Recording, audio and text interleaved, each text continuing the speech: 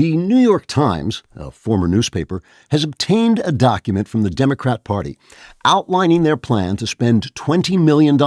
in an effort to win back male voters.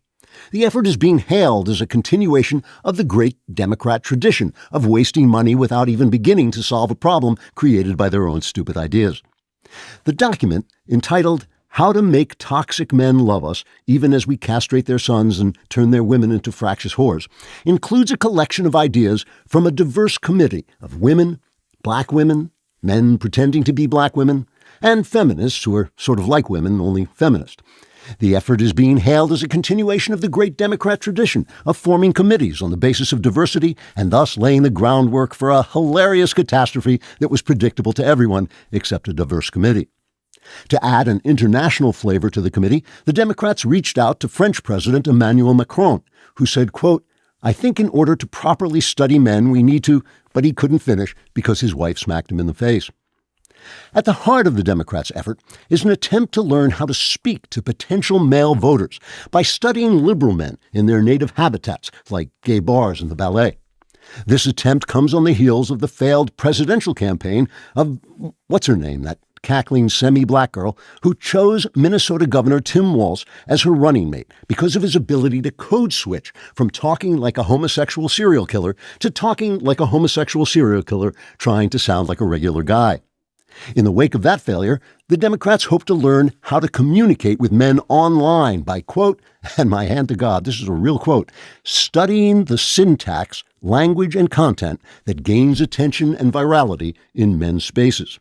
So, for instance, instead of just bluntly telling men it's time for them to take a back seat and let women lead the way into a glorious female future of unreasoning chatter followed by helpless sobbing interrupted by snapping at anyone who tries to make them feel better, Democrats might now attempt to gain attention and virality by posting such male-coded messages as, "Hey, bro, how about giving the chicks a chance for a change? And meanwhile, pass me the soap with those attractive muscular arms of yours," unquote.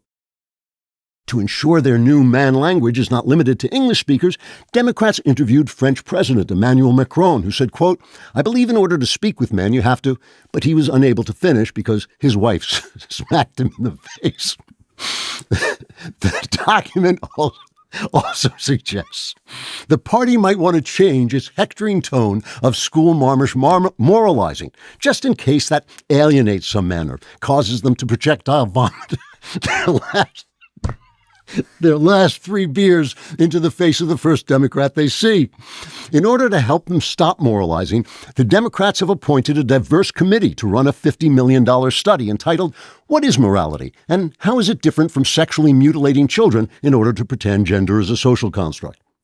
In a further effort to communicate with men, the Democrats are seeking to create a quote-unquote new Joe Rogan to head a popular male-oriented podcast.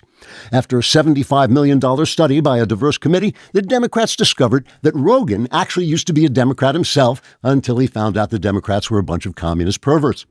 The Democrats feel they can fix that problem by replacing Rogan with some other bald man with a lot of tattoos and hoping no one notices the difference.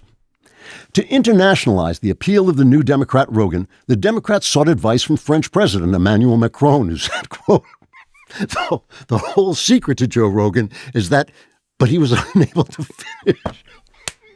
because his wife smacked him in the face. More recently, in a controversial move, the Democrats decided to add a man to their diverse study committee, and after a great deal of debate, they finally appointed Emmanuel Macron. Emmanuel Macron's wife. If you want more great stuff, and I know you do, like and subscribe. And for even more great stuff, subscribe to The Andrew Klavan Show wherever you get your podcasts.